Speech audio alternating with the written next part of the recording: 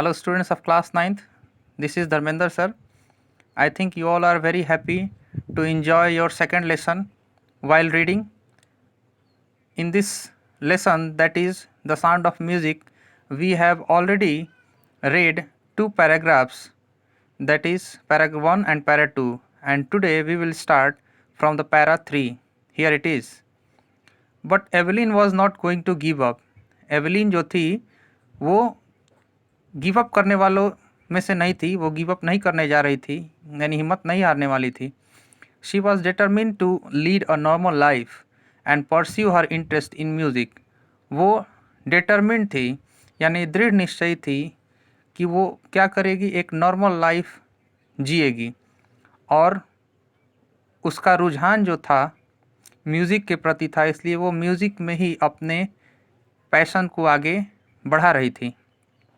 One day she noticed a girl playing a xylophone and decided that she wanted to play it too.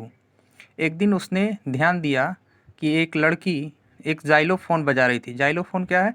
Xylophone एक instrument है जो आप इस picture में देख रहे हैं कि कुछ इंस्ट्रूमेंट जो दो स्टिक से बजाया जाता है, वैसा ही कुछ इंस्ट्रूमेंट वो लड़की बजा रही थी और एवलिन उसे देख रही थी, और उसने भी निर्णय लिया कि वो बजाना चाहती थी इसे. Most of the teachers discouraged her. अधिकतर शिक्षकों ने उसे हतोत्साहित किया. But percussionist Ron Forbes spotted her potential. लेकिन जो रॉन फॉब्स जो कि तबला वादक थे, उन्होंने उसके पोटेंशियल को, उसकी क्षमता को समझ लिया. He began by tuning to large drums to different notes. उन्होंने बजाना शुरू किया, दो बड़े बड़े ड्रम्स को, उसकी धुन को बजाना शुरू किया, लेकिन दोनों ही ड्रम को अलग अलग नोट्स पर बजाया, यानी अलग अलग ऊंचाई पर बजाया. Don't listen through your years he would say. उन्होंने कहा कि अपने कानों से इसे मत सुनो. Try to sense it some other way. कोशिश करो कि इसे दूसरे तरीके से समझने की. Says Evelyn. एवलिन बताती है. Suddenly I realised I could feel the higher drum from the waist up and the lower one from the waist down. अचानक उसने कहा कि मुझे एहसास हुआ अचानक कि मैं महसूस कर सकती थी ऊंचाई वाले ड्रम को वेस्ट अप पर, यानी कि कमर से ऊपर मैं उसे समझ पा रही थी, और जो लोअर वन था, यानी कि लोअर जो ड्रम था, जो नीचे वाला ड्रम था, उसकी जो धुन निकल रही थी वो कमर से नीचे की ओर, उसका सेंसेशन उसको समझ में आ रहा था. Forbes repeated the exercise and soon Evelyn discovered that she could sense certain notes in different parts of her body. Forbes इस एक्सरसाइज को, इस अभ्यास को दोहराते रहे, और जल्दी ही एवलिन ने पता लगा लिया कि वो सेंस कर सकती है, समझ सकती है अलग अलग प्रकार के निश्चित नोट्स को अपने बॉडी के अलग अलग हिस्सों में. I had learn to open my mind and body to sounds and vibrations. मैंने सीख लिया था, अपने माइंड को और दिमाग को खोल लिया था साउंड्स और वाइब्रेशंस के माध्यम से, यानी आवाज़ और वाइब्रेशन की वजह से उसको कोई भी चीज़ें समझ सकती थी वो. The rest was share determination and hard work. और बाकी जो इसके बाद की जो भी मेहनत थी वो उसका दृढ़ संकल्प था और कड़ी मेहनत थी. She never look back from that point onwards. उसने कभी भी उस समय के बाद से पीछे मुड़कर नहीं देखा. She toured the United Kingdom with a youth orchestra and by the time she was 16. वो यूनाइटेड किंगडम गई यूथ ऑर्केस्ट्रा के साथ, यानी नौजवानों का एक ऑर्केस्ट्रा था, उसके साथ गया. एंड बाय द टाइम, और उस समय तक वह 16 साल की हो गई थी. She had decided to make music her life. उसने निर्णय लिया कि वो अपना जीवन म्यूज़िक में ही बनाएगी. She auditioned for the royal academy of music and scored one of the highest marks in the history of the academy.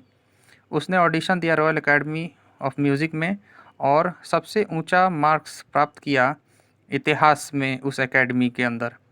She gradually moved from orchestral work to solo performances. वह धीरे धीरे move की, यानी कि orchestra में, group में काम करने के से लेकर के वो अकेले परफॉर्मेंस भी अब धीरे धीरे देने के लिए तैयार हो गई। And at the end of her 3-year course she had captured most of the top awards. और 3 साल के कोर्स के अंत तक उसने टॉप अवार्ड्स लगभग जितने सारे होते हैं उसके अधिकतर टॉप अवार्ड्स वो हासिल कर चुकी थी। And for all this Evelyn won't accept any hint of heroic achievement. और इन सभी के लिए एवलिन ने किसी प्रकार का हिंट स्वीकार नहीं किया। किसी भी प्रकार का हीरोइक अचीवमेंट जो होता है, यानी कि हीरो को जो मान सम्मान मिलता है, उस तरीके के किसी भी उपलब्धि को उसने स्वीकार नहीं किया। If you work hard and know where you are going you will get there. अगर आप कड़ी मेहनत करते हैं और आप जानते हैं कि आप कहाँ जा रहे हैं, यू विल गेट देयर, तो आप वहाँ पहुँचेंगे। And she got right to the top. और वो सीधे ऊंचाई पर पहुँची, शीर्ष पर पहुँची। The world's most sought after multipercussionist with a mastery of some 1,000 instrument and hectic international schedule। और उसने जब वो सबसे ऊंचाई पर पहुंची, यानी शीर्ष पर पहुंची, तो दुनिया की सबसे खोजी जाने वाली मल्टीपर्कशनिस्ट बनी, जिसको महारत हासिल था कुछ हज़ार इंस्ट्रूमेंट्स पर। और उसका हेक्टिक इंटरनेशनल शेड्यूल था, यानी बहुत ही व्यस्त अंतर्राष्ट्रीय शेड्यूल बन गया, यानी बहुत ही ज़्यादा वो पॉपुलर हो गई अपने काम की वजह से। It is intriguing to watch Evelyn function so effortlessly without hearing. यानी कि यह उसके फंक्शन को, एवलिन के फंक्शन को देखने के लिए बहुत ही ज़्यादा विरोधाभास करना होता था लोगों को, और बहुत ही ज़्यादा प्रयास करना पड़ता था। सो एफर्टलेसली विदाउट हियरिंग, वो बिना सुने हुए, बिना ज़्यादा प्रयास लगाए हुए, बिना सुने हुए उसके फंक्शन को लोग सुनते थे कि वो किस तरीके से बिना सुने हुए किसी भी चीज़ को वो इतना अच्छा परफॉर्म कर पा रही है। In our 2 hour discussion she never missed a word. हमारे 2 घंटे के डिस्कशन में वो कभी भी एक शब्द को मिस नहीं की। Men with bushy beards give me trouble, she laughed. वो हंसते हुए बताती है कि वो आदमी जिनके घने दाढ़ी होते हैं वो मुझे परेशान करते हैं। वो बताते हुए हंसती है। It is not just watching the lips, यह केवल होठों को वॉच करना नहीं था। इट्स द होल फेस, यह पूरा चेहरा था। स्पेशली द आइज, खासकर आँखें थी।